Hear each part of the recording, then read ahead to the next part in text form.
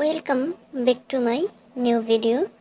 আজকে সম্মানিত ভিউয়ার্স, আপনাদের জন্য আমি মজাদার একটা বেগুন ভর্তা নিয়ে হাজির হয়েছি। আর এটা গ্যাসের চুলায় পুড়ে করেছি, সেটা দেখার জন্য আমার সাথে থাকুন, দেখতে থাকুন। এখানে আমি একটা গোল সাইজের বেগুন নিয়েছি, ধুয়ে পরিষ্কার করে মুখটা কেটে নিয়েছি, কিছু ধনে পাতা, টালা মরিচ আর সামান্য পেঁয়াজ কুচি। এবার চলে যাচ্ছি আমার মূল কাজে। চুলাটা ধরিয়ে আমি এখানে বেগুনটা দিয়ে দিলাম। দেখতে পাচ্ছেন চুলাটা লর মতো রয়েছে, এত হাই হবে না। হাই হলে আবার দেখা যাবে বেগুনটা সিদ্ধ হবে না, পুড়ে যাবে। এভাবে চুলাটা রাখলে বেগুনটা সুন্দরভাবে সিদ্ধও হবে, প্লাস পুড়বে না। আমি এভাবে উল্টে পাল্টিয়ে চার পাঁচটায় ভালোভাবে সিদ্ধ করে নিচ্ছি। দেখতে পাচ্ছেন আমি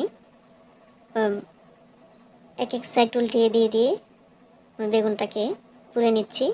আপনারাও এভাবে গ্যাসের চুলায় ঝটপট বেগুন ভর্তা করে নিতে পারেন। এই সময়ে শীতে দেখা যায় প্রায় সময় গ্যাস থাকে না, তো আমরা এভাবে অল্প গ্যাসেই বেগুন ভর্তা করে নিতে পারি। আর এখানে নিয়েছি কয়টা শুকনো মরিচ, মরিচগুলোকে সামান্য সরিষার তেলে ভেজে নিচ্ছি। আমি এখানে একটা বেগুন ভর্তার জন্য 5টা শুকনো মরিচ নিয়েছি। আপনারা আপনাদের যে যেরকম জাল খান সেরকম নেবেন। বেগুনটা যখন সিদ্ধ হয়ে গেছে দেখতে পাচ্ছেন, এখন আমি উপরের পুরা চামড়াগুলা উঠিয়ে নিচ্ছি, কুসাটা ছাড়িয়ে নিচ্ছি। আপনারা চাইলে কুসা না ছাড়িয়েও ভর্তা করতে পারেন, পুরা কুসার মজাটা আবার অন্যরকম। তবে আমি এটা কুসা ছাড়িয়ে নিচ্ছি। আমার চ্যানেলে সম্মানিত ভিউয়ার্স অধিকাংশই ব্যাচেলর, তো আপনারা এইভাবে ঝটপট চুলায় কীভাবে বেগুন ভর্তা করবেন সেই প্রসেসটাই দেখাতে চাচ্ছি আজকে। পুরো বেগুনটা আমার পরিষ্কার করে নেওয়া হয়ে গেছে। এ পর্যায়ে আমি বেগুনের মুখটাকে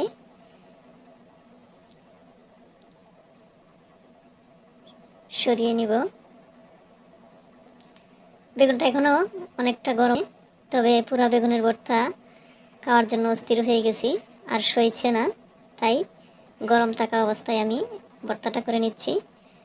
এবার বেগুনের ভর্তাটার জন্য বেগুনটাকে রেডি করতেছি, তাই মুখটা সরিয়ে নিচ্ছি। ধরতে পারতেছি না, দেখতে পাচ্ছেন বেগুনটা এখন অনেক গরম।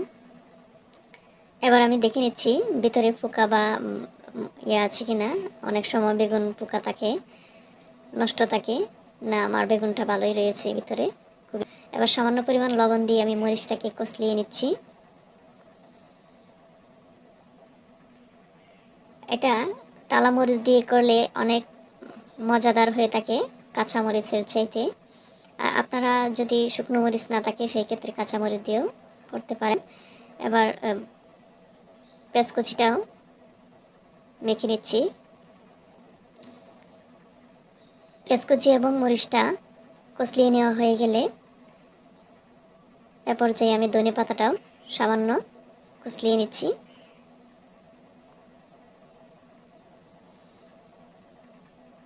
এই পুরো বেগুনের ভর্তাটা যে কতটা মজাদার তা আপনারা করে খেয়ে দেখবেন, যারা করেন নাই। আর যারা খেয়েছেন তো জানেনই, সিদ্ধ করার চাইতে এভাবে পুরে বেগুন ভর্তা করলে অনেক মজাদার হয়ে থাকে।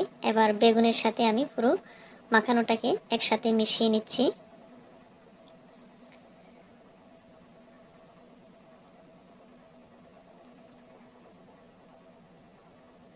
আমি খুবই সুন্দরভাবে পুরো ভর্তাটা মাখিয়ে নিলাম।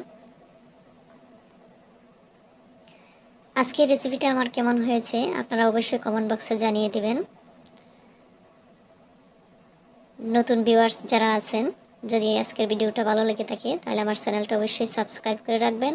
আর যারা ফেসবুক পেজ থেকে দেখছেন ফলো বাটন দিয়ে রাখবেন। এবার আমি সামান্য সরিষার তেল দিয়ে দিচ্ছি।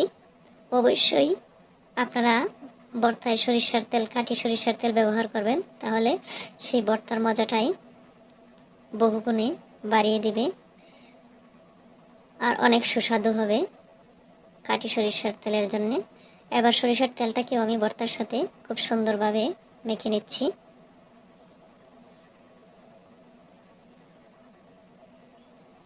হয়ে গেল আমার গ্যাসের চুলায় পোড়া বেগুন ভর্তা। এভাবে আপনারা চাইলেও করতে পারেন।